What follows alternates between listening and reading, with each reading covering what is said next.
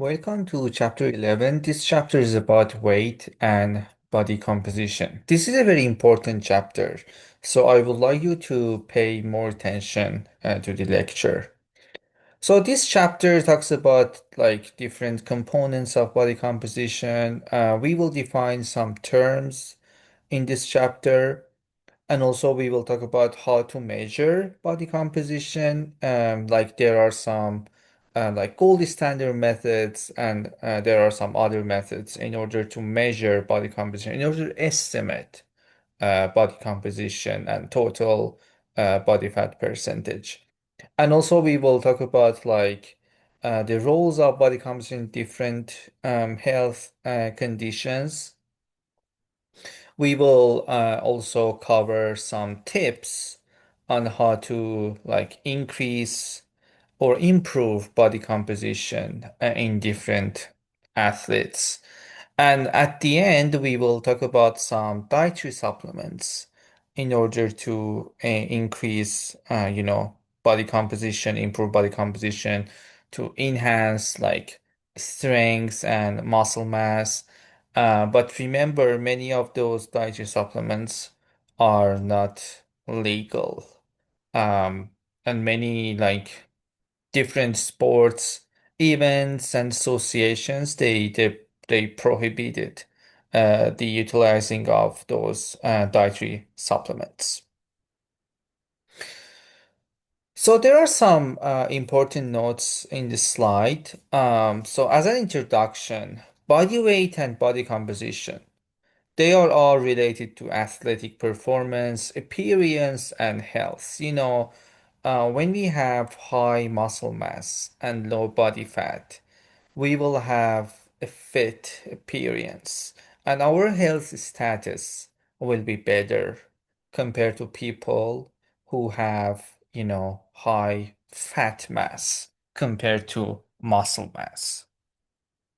And also, body composition and body weight, they are closely related to athletic performance.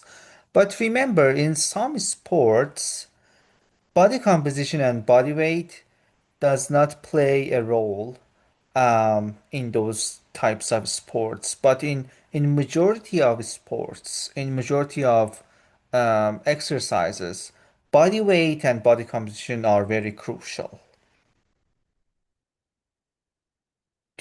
And when we say body composition, we will define this term later. But as you know, body composition is all of the components of body or different parts of the body that make up total body weight or total body mass. That's the definition of body composition. And when we have high muscle mass relative to other body tissues like fat tissues, that can affect exercise and physical activity. And as I said, weight and body composition may impact performance in some sports, but may play a much lesser role in others. For instance, um, having high muscle mass in swimming, it doesn't change anything. It is better to have high muscle mass, but if we have high body fat and we are engaging in sport, in swimming events, it doesn't make any big difference there.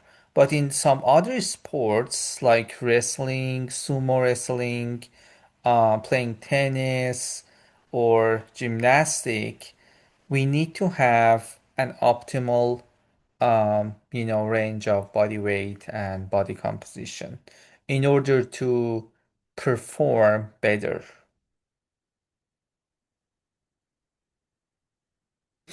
Body composition and body weight are important sports with weight classes like wrestling, sumo wrestling, or gymnastic, or subjective judging. Again, in some sports, they judge athletes based on their appearance. So in those cases, body composition and body weight are very important in those types of sports. And an excessive or rapid loss of body weight can produce harmful consequences. And as nutritionists, as dietitians, we do not recommend rapid body weight loss because that can impede performance, recovery, and training. If we have, high body weight, if we have high body fat mass, we recommend gradual weight loss or gradual body fat loss rather than a rapid or excessive loss of body weight. Because that in that way, in that case, we will impede, we will harm our training, our recovery, and our performance, as well as there will be some harmful consequences, medical consequences for rapid loss of body weight. The lowest body fat percentage is not necessarily optimal, and we will talk about that why the lowest body fat percentage is not always optimal. We need to have a minimum amount of body fat. We have to have that. Otherwise, we will develop some health conditions. So here, let's define body composition first. As I said, all of the components that make up the body. That's the very definition of body composition. And that can include, like when we say the components, like different components that make up the body, that can include water, like total water, muscle, fat, bone, and other organ tissues. That is the definition of body composition, and that make up the body mass, the total body mass. When we say there are different methods to determine or to measure body fat, remember they are all estimates. It is almost impossible to directly or to accurately measure body fat or body composition in general. We are just estimating body composition when we try to measure our clients or our athletes' body composition. We are using different methods, and all those methods are based on estimates. There is another term, power to weight ratio, in your textbook, so it is better to define this term here. Power to weight ratio. You can guess from the term, from the name. It is an expression of the ability to produce force. Because remember, power is to produce force in a short amount of time relative to body mass. That's power to weight ratio.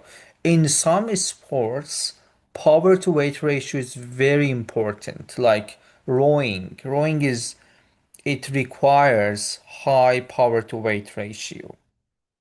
But in other sports, it can play a lesser role. It can be lesser important compared to other sports.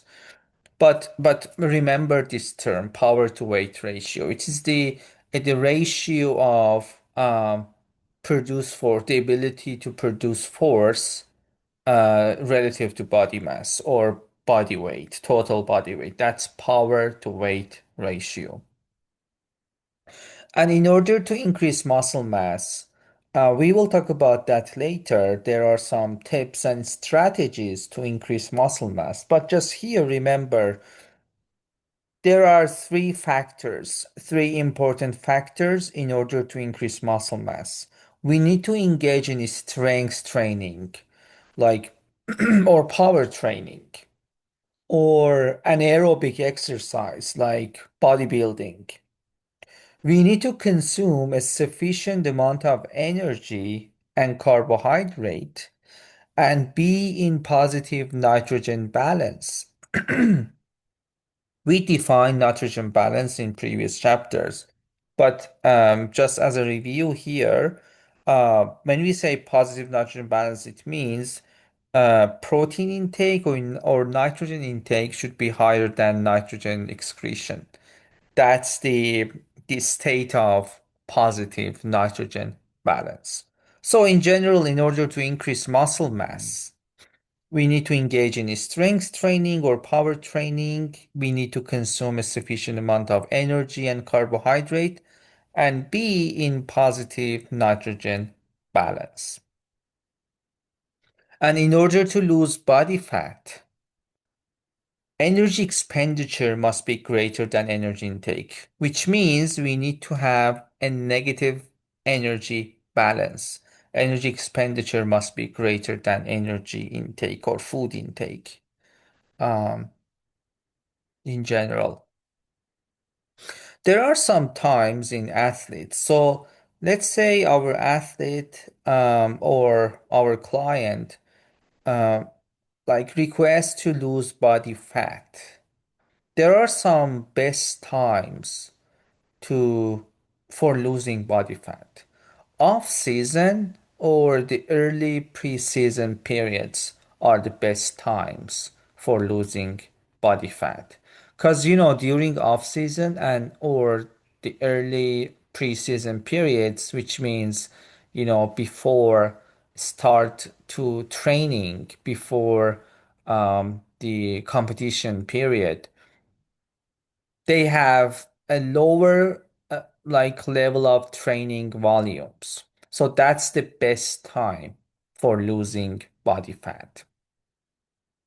There are different ways to categorize body composition, and we will talk about that. We have like in general, we have three models to categorize body composition. But the most, the common one, the most common model of categorizing body composition is categorizing body composition into fat mass or fat-free mass. And when we say fat mass, it's all of the fat tissue in the body. And when we say fat-free mass, it's all other tissue in the body that are not fat, like muscle mass or bone mass, total body water. Those are all fat-free mass. And there's distinction between lean mass and fat-free mass, and we will talk about that in late like mm, in subsequent slides. And percent body fat is another term. It is expressed as a percent of total body weight. So let's say when we say an athlete or a person has 25% body fat. That means that shows the amount of fat relative to body mass.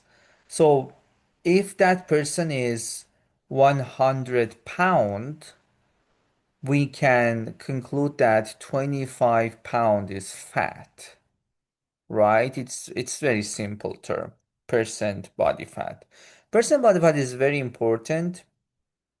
And we use percent body fat a lot when we are trying to estimate body composition in different people, athletes, clients. Percent body fat is very important. But just to remember this term, just say, okay, percent body fat is the percent of total body fat relative to body mass. And when we say body mass, it means body weight, total body weight. So here are the components of body tissue or components of body composition. So when we say total body mass, we mean weight. But in physics, there is a there is a difference between mass and weight. But in nutrition or in sports nutrition, when we say total body mass, we mean total body weight. It's the total amount of matter or material of the body expressed in pounds or kilograms. For instance, I weigh 165 pounds. That's my total body mass or total body weight. And we have muscle mass, bone mass, or bone density. We have fluid volume, which is like total body water, and we have body fat or fat mass. When we say fat mass, remember fat contains two categories. It can be essential fat or storage fat. Essential fat, in general, on average, men has a minimum of 3% essential fat mass, and women, they have 12%. These are on average in general population, in general and healthy individuals. A man has 3% minimum of essential fat mass, and females or women, they have 12% essential fat mass. And also we have storage fat mass. It can be subcutaneous or visceral. Subcutaneous is the fat under the skin, and visceral is the fat surrounding around the organs, like liver, heart, intestine, stomach, pancreas, kidneys. Those are all visceral fat mass. And subcutaneous is the fat we have under the skin. And the amount of subcutaneous fat is larger, is greater than visceral fat. So remember, we have two different types of body fat or fat mass. It can be essential or storage. So this slide. It's a knowledge check. It shows the difference between lean body mass and fat-free mass. So let's answer this question together. It says lean body mass refers to the total amount of all physiologically necessary tissue in the body, and it includes fat-free mass and essential body fat. That's the definition of lean body mass. It contains fat-free mass and essential body fat. We have three types of body types or body builds. Some people are ectomorph, some people are mesomorph, and some people are endomorph. These are different body types or body builds. And here are the definition of each body type. So when we say a person is ectomorph, they have some difficulty gaining weight. They have some difficulty gaining muscle mass. They slightly built with less developed muscle mass and fatty stores. Those are ectomorph, and we can see from this picture. Although the person who is considered ectomorph, it seems like he has some muscle mass, but he is lean and he's slim. This is ectomorph body type. Mesomorph, they can gain muscle mass relatively easily and they do not have excessive amounts of body fat. That's mesomorph. And endomorph, those are who are like easily gain weight. They easily gain body fat, especially visceral fat. They are all called endomorph body type. From this slide, we can conclude that genetic plays a crucial role in determining different types of body types and why some people gain body fat very easily, they gain weight very easily. So genetic plays a role here. But when we say genetic, it doesn't necessarily mean that we cannot change it. We can by engaging in physical activity and eating healthy meals or like watching our diet, our dietary intake.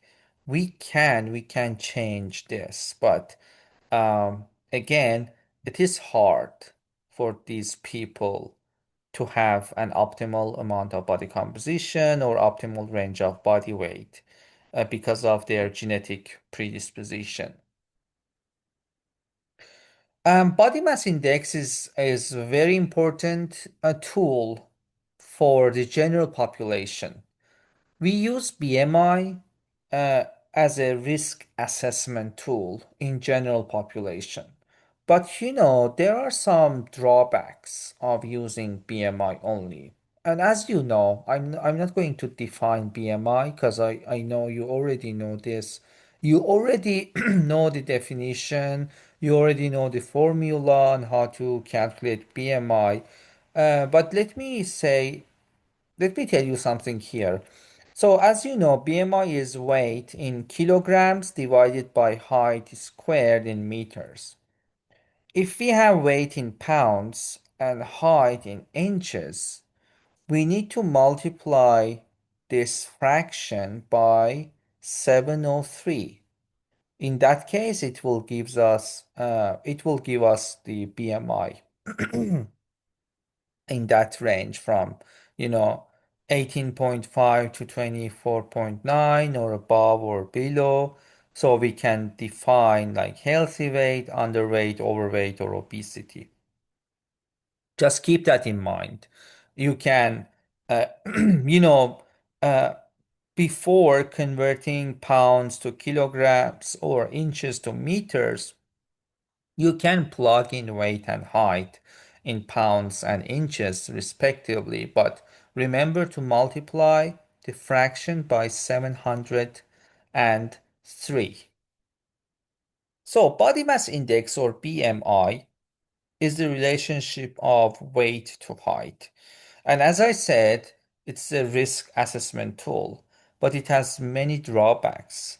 Even though we still use BMI because it gives us important like data and information. And it's not appropriate to use with pregnant females, trained athletes, and osteoporosis, people with osteoporosis. These are some drawbacks of using BMI in this population. For trained athletes, if we plug in their weight and height, it will gives us the BMI range of above 25 or even 30. So, but we cannot like categorize those people, those trained athletes as overweight or obesity because they have high muscle mass and low body fat. So we cannot define them. We cannot consider them obese or overweight. So this is a very important limitation of using only BMI. So here this is an example. We have two athletes here. On the right side, we have a bodybuilder. On the left side, we have a sumo wrestler. Let's say they both weigh 300 pounds, for instance. But the right bodybuilder on the right side, he has more muscle mass and low body fat compared to our sumo wrestler, which has high body fat and low muscle mass. So this is a very important limitation of using only BMI. And these are the models of body composition I mentioned. We have like different models of body composition. It can be two compartment body composition or three compartment body composition model or four compartment body composition model. In two compartment model, we have fat mass and fat-free mass only. In three compartment model, we have fat mass, bone mass, and fat-free mass. And in the four compartment model, we have fat mass, bone mass, fat-free mass, and total body water. There are different models and we can use either of these models, but the four compartment model is more accurate. So the four compartment model is more accurate than other models, and it consists of fat mass, fat-free mass, bone mass, and total body water. And remember here, in the difference between the two compartment model and the three compartment model is that fat-free mass in the two compartment model contains bone mass, right? But in the three compartment model, we separate bone mass from fat-free mass. So that's the difference. Even though in two compartment model, we have two components for body composition, but fat-free mass also contain the fat-free mass compartment or that part also contains bone mass and total body water. And as I said, there are different methods, and we will talk about that later. Like DEXA is one method to measure bone mineral density and bone mass. Um, we have isotope dilution method or bioelectrical impedance in order to determine total body water. And for, we can determine fat mass and fat-free mass by using hydrodensitometer or air displacement plethysmography. So these are different methods, and we will talk about that later. This table shows like the body fat percentage ranges for men and for women. This table is, it kinds of summarizes different research articles, and this is based on like literature review. Um, as you see, we have at-risk category in the lower end and in the upper end. So if body fat percentage is less than 5 or less than 9 for men and women, these people are at risk of developing some harmful medical consequences. And on the upper end, if our body fat percentage is above 25 for men and above 32 for women, again, those people are at risk of developing some, chronic conditions like cardiovascular disease, hypertension, type 2 diabetes, all those chronic conditions. And we have below average, average, and above average. We don't need to remember or memorize these numbers, but it is better to know the difference, between the range of 6 to 14 and 16 to 24. Um, if some clients or some athletes, they provide you with their body composition results. And if you know these ranges, so you can say, okay, my client, my athlete is below average for body fat percentage, or he is in average or she is in average. So just keep that in mind.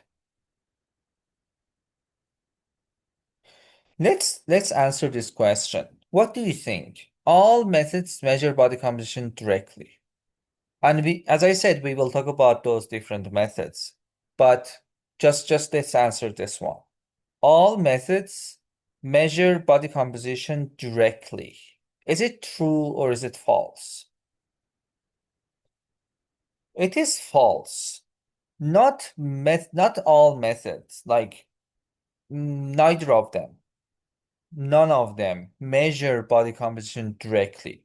They all measure body composition indirectly.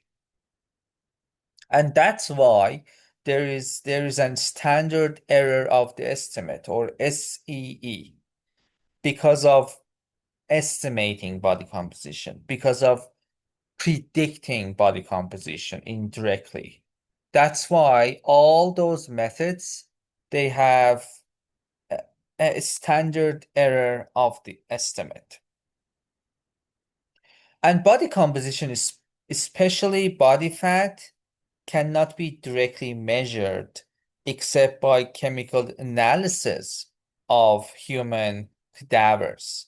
So we can directly measure body fat by chemically analyzing human cadavers, but it's not practical, right?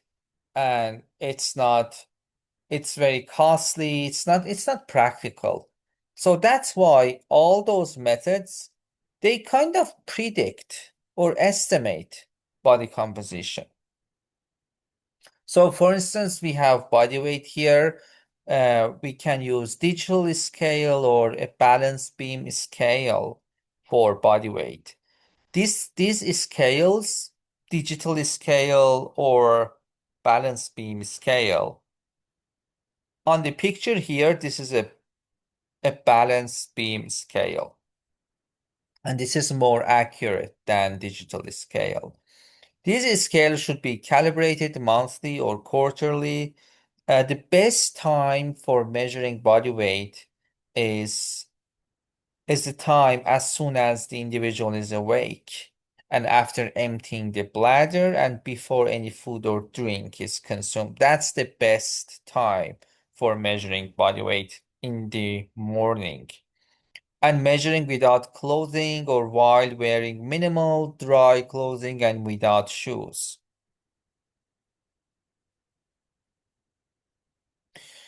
There are some factors and considerations when we are trying to estimate body composition.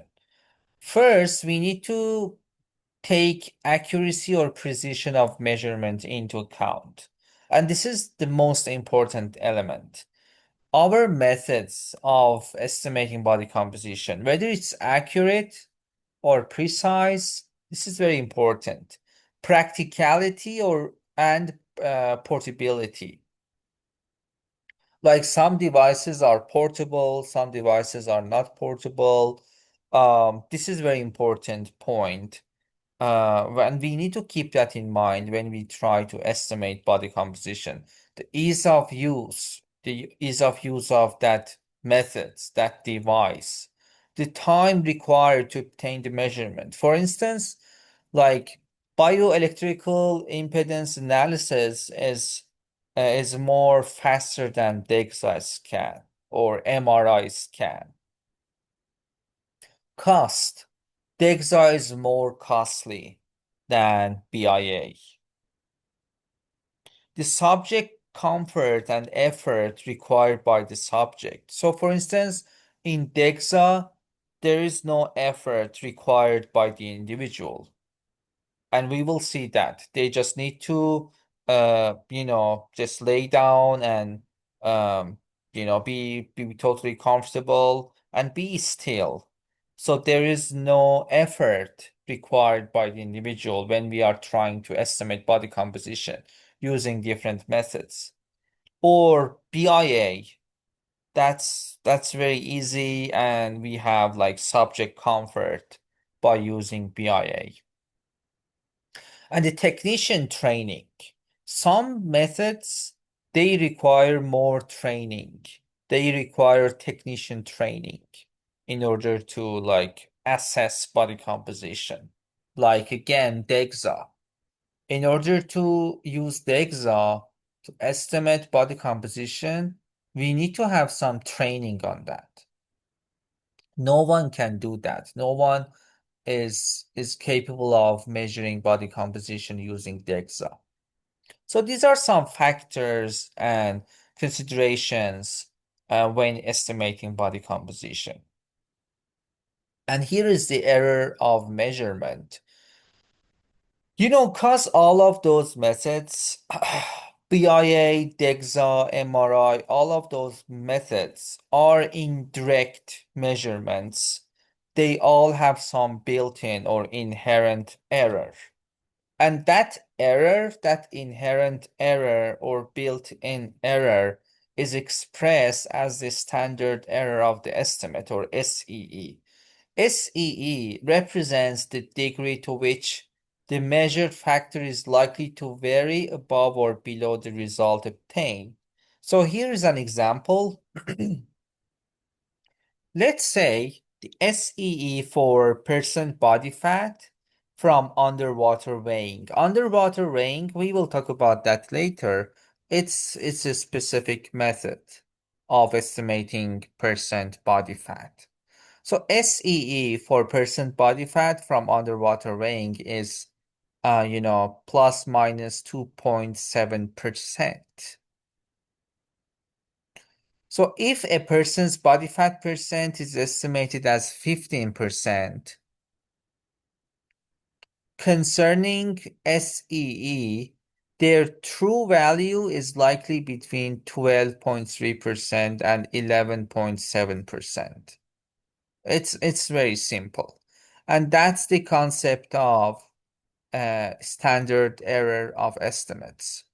And for a group of 100 people with an estimated 15% body fat, about two-thirds will fall within that range, within that SEE plus minus 2.7%.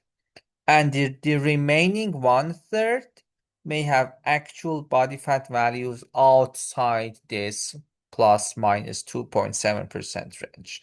So this is the concept of error of measurement or standard error of estimate. So even when performed correctly, underwater weighing provides an estimate, not a perfectly precise value. So this is underwater weighing.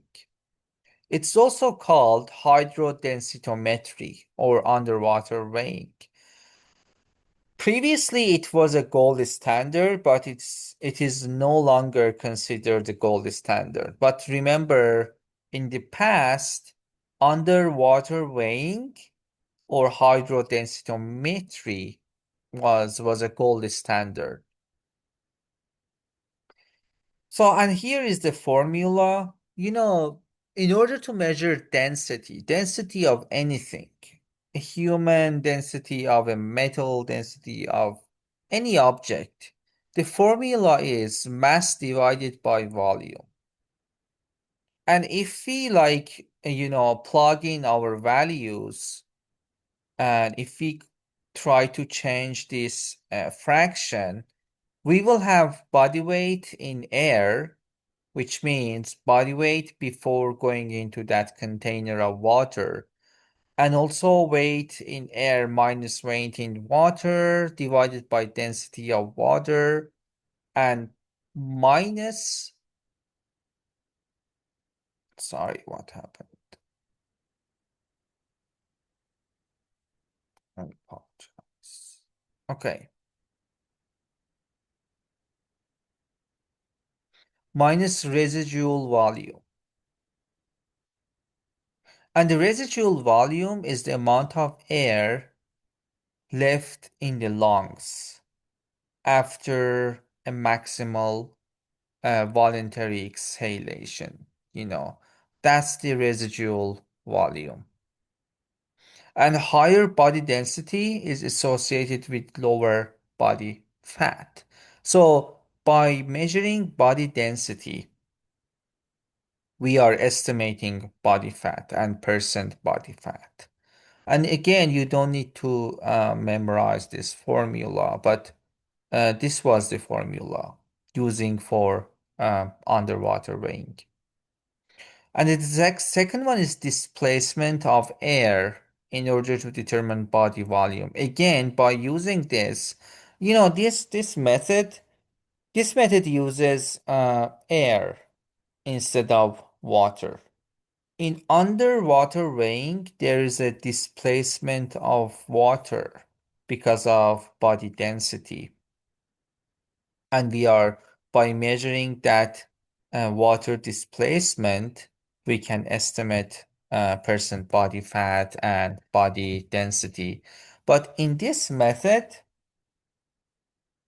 utilizes air displacement. And by measuring and assessing that air displacement, we can estimate body fat and body fat percentage. Skin fold thickness is another method. This is very simple and easy to use. And remember, many of these methods, according to your textbook, there are some advantages and disadvantages of using each one of these methods to estimate body composition. And those advantages and disadvantages are related to those factors and considerations when we are trying to estimate body composition. So this method is it's very cheap and it's easy to use. But again, there are some, disadvantages. Like compared to other methods, this method is not accurate compared to other methods. So for skin fold thickness, there is assumption. And the assumption is a measurement of the thickness of the subcutaneous fat layer is directly related to the total amount of fat in the body. That's our assumption. When we try to, use this method, uh, we have an assumption of like by measuring the thickness of the subcutaneous fat layer, we are estimating total amount of fat in the body. And we can just use one side, but the more accurate way is to use like different sides, like several different sides, and that's more accurate. And these are the common sides in men and in women, like chest, abdomen, and thigh. It's the most common side in men, and in women it's like thigh again and like triceps. Those are the common sites in women. And the BIA bioelectrical impedance analysis, it uses electrical currents, tissues with little water, like fat, impede the flow of electrical currents. And that device measures that impedance by analyzing that impedance and estimate, body composition, and it gives us fat mass, fat-free mass, and body water. And this is a DEXA. DEXA is kind of considered gold standard these days. It's kind of scans the whole body, and it provides bone mass, bone density, total body water, fat mass, fat-free mass. And there are some other methods like CT scans, MRI, and ultrasound. So let's do this knowledge check.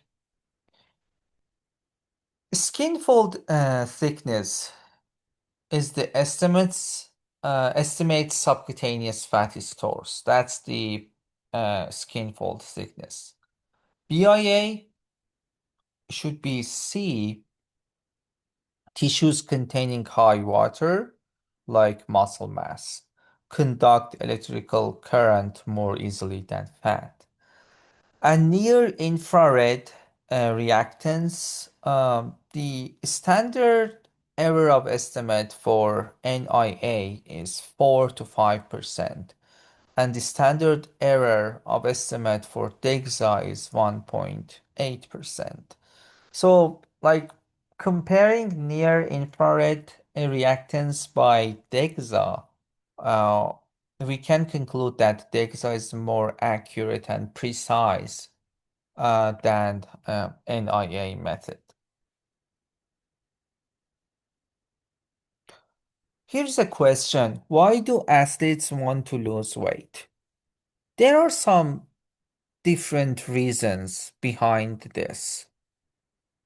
You know, uh, many athletes, they have different goals and they try to lose body weight and body fat because of those different reasons. So the first reason can be improving power to weight ratio. So by losing body weight, we can increase and improve power to weight ratio. Or some athletes, they have to make weight requirements. Some sports, they have weight classes. And in order to make those weight requirements, some athletes try to lose weight, try to lose body fat. And also they want to reduce amount of weight carried over long distances. Like For runners, marathon runners, if they have, less body fat and they weigh, lighter, they can run very easily without having any problem. So these are some reasons. Of course, there are more than these reasons, but these are the most common, reasons for why athletes want to lose body weight.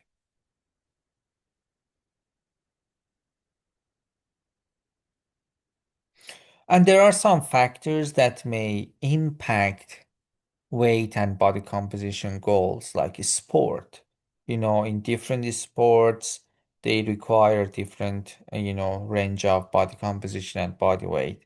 And the position played in those sports is also very important.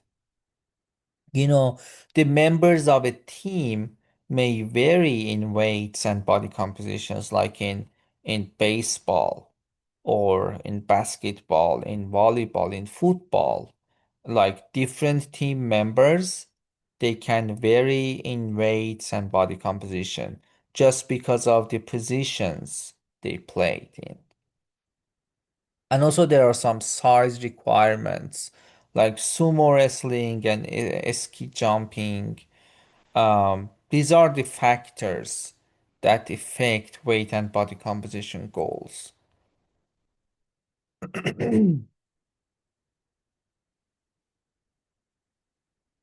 And as I said at the beginning of this lecture, in some sports, body composition and body weight, they play important roles.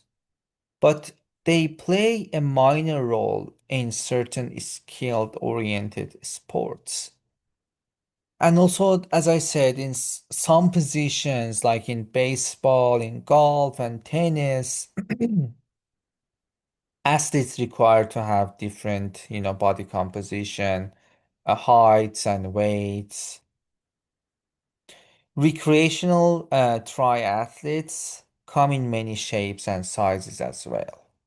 But there is a inverse relationship between fatness and performance in some sports, like distance running, endurance sports, and field sports such as high jump. There is an inverse relationship between fatness or like high body fat percentage and sports performance. A high body fat percentage is generally detrimental to performance, and low body fat percentage is desirable in sports in which the body weight is moved through space, like running and jumping.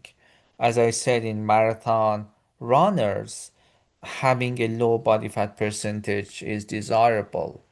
It's very important because they are trying to carry their body fat over a long distance. And increases in body fat might possibly be of benefit for heavyweight, weightlifters because it lowers their center of gravity, in sumo wrestlers, swimmers because fat improves buoyancy. And this is the example I mentioned about baseball. As you can see, these can be team members, but they vary in body weight and body composition because of their positions played in baseball. And this table summarizes the body composition and body weight goals and expected performance outcomes. So, for instance, if our goal is to increase skeletal muscle mass, the expected outcome is going to be increased strength and power, like in sprinters, in bodybuilders, and so on and so forth.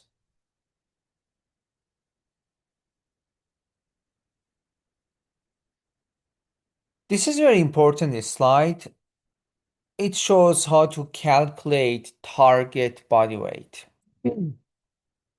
And remember, in your assignment, you need to calculate target body weight. At the top we have the target body weight formula, which is current fat-free mass divided by 1 minus desired body fat percentage. And here we have an example. So let's say we wanna calculate target body weight.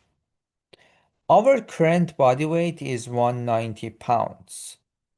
The current body fat percentage is 16%, and the current fat-free mass percentage is 84%. Why? 100 minus 16, it gives us 84. So if our percent body fat is 16%, our fat-free mass is gonna be 84%. So we can by getting fat-free mass percent, we can calculate current fat-free mass by multiplying 190 pounds by 84%, and it gives us 160 pounds. So 160 pounds is our numerator. Let's say our desired body fat percent is 10%. Our client or our athlete and requested to be 10%, to be at the 10% body fat. So our desired body fat is 10%.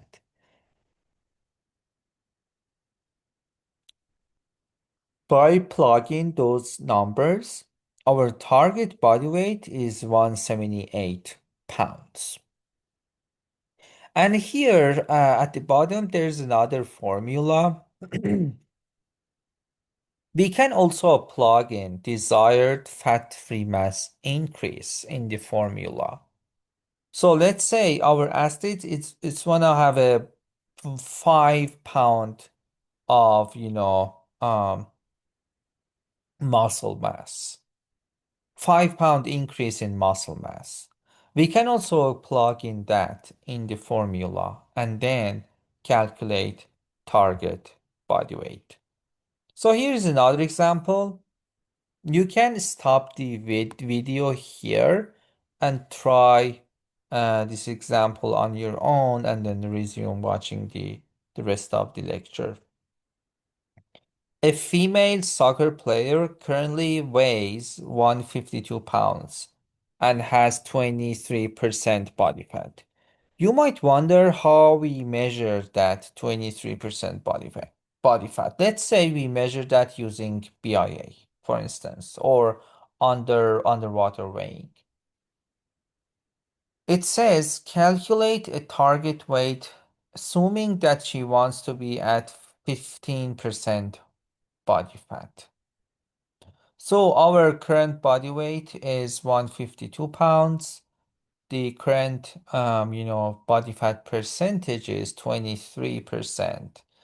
And our desired body fat percentage is 15%. So let's do that. So current weight is 152 pounds. Current body fat percentage is 23%. 100 minus 23, it gives us 77%. So that's our current fat-free mass percent. And then 77% multiplied by 152 pounds. It gives us current fat-free mass in pounds, which is 117 pounds. And our desired body fat percentage is 15%. And if we plug in those numbers, our target body weight is gonna be 138 pounds. So it is very, very, easy to use. I'm gonna skip this slide because we already talked about this in previous chapters. But here, this is a very important point. There are some hormones like testosterone and growth hormone. They play a crucial role in increasing muscle mass.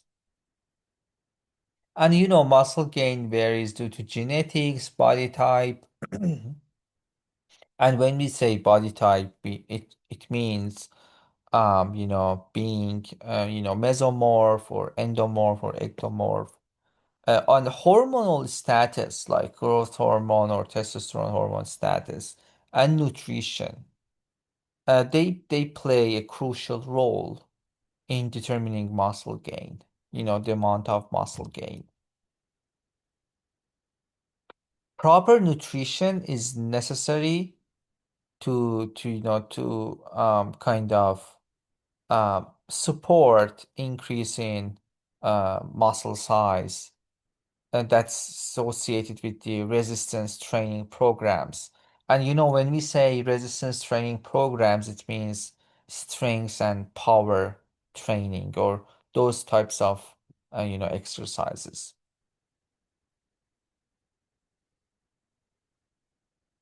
Energy and protein is very important to change body composition. Athletes who want to increase muscle mass, they should start with baseline energy intake. For moderate training, females require 35 kilocalorie per kilogram per day, and males they require 38 kilocalorie per kilogram per day. And when we are going from moderate training to rigorous or extremely rigorous, we need to increase energy and protein intake. Energy and protein, it's very crucial in changing body composition.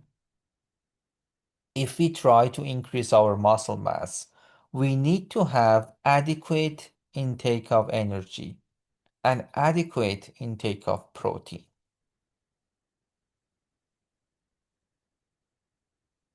An additional 5 kilocalorie above baseline energy need is required to support the growth of 1 gram of tissue.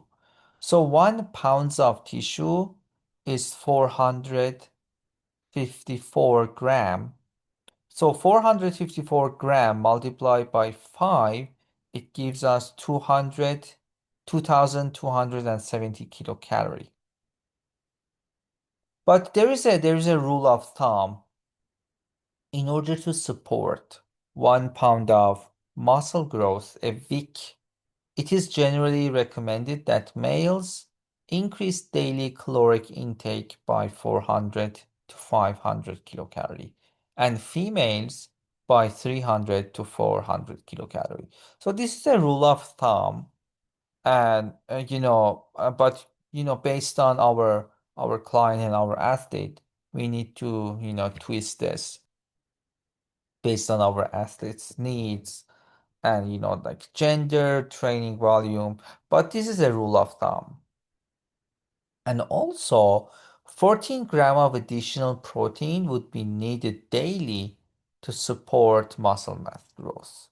So that's why in in terms of nutrition, energy and protein are very important in order to increase muscle mass. And there are some general principles to decrease body fat. We need to increase in energy expenditure, decrease in energy consumption, or a combination of these two. For obese and sedentary individuals, the restriction of total energy intake and the length of the energy restriction is more important than macronutrient composition, which we already talked about that in previous chapters, right? We said energy intake is more important than macronutrient composition. High protein, low energy diets may be beneficial for athletes. It protects against the loss of lean body mass. If they try to lose body fat, they need to increase their protein intake while being on like low energy diets.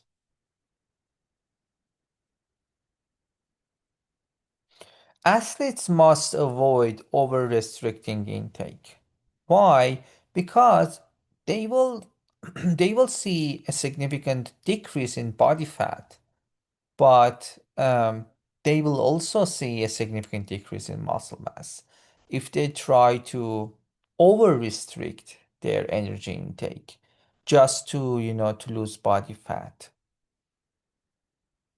There's a minimum carbohydrate, recommendation. Carbohydrate intake, it should be over 5 gram per kilogram per day to maintain muscle glycogen during repeated moderate training. And also they need to be on higher protein intake, above 1.8 gram per kilogram per day to protect lean body mass. I'm gonna skip this. And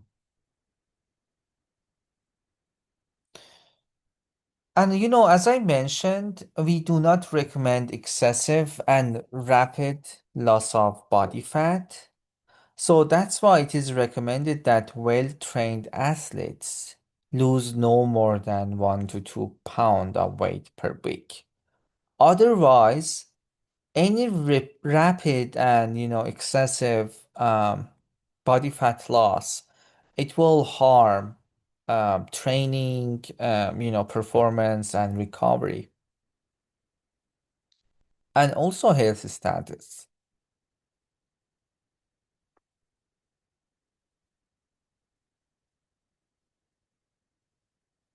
So here this slide talks about like weight categories. As I mentioned, some sports they have weight categories or weight classes like wrestling, boxing, martial arts, and lightweight rowing.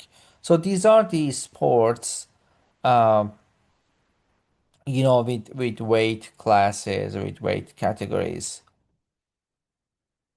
And in some sports, like like the sports I mentioned, differences in body size make it impossible for our athletes to compete fairly, right?